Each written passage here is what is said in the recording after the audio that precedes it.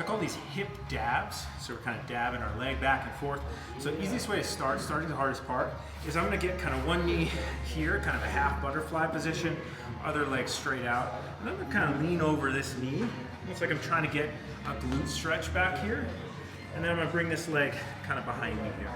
So this is my start, and then I'm gonna push into the ground with this leg to come upright. And as I do that, bring this leg back around, lean forward, and come through. Okay? If this is tricky for you, we can use the hands for kind of some assistance to get through there.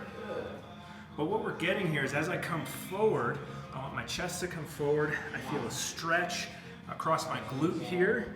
You might not feel that if you're not too tight, but most people are gonna feel a little stretch there. And then I wanna push this whole leg, so kind of my knee and foot into the ground. That's gonna get some hip abduction and rotation, so I'm working this leg. And then as this leg comes up, I'm working glute as well as hip flexors and adductors to come around.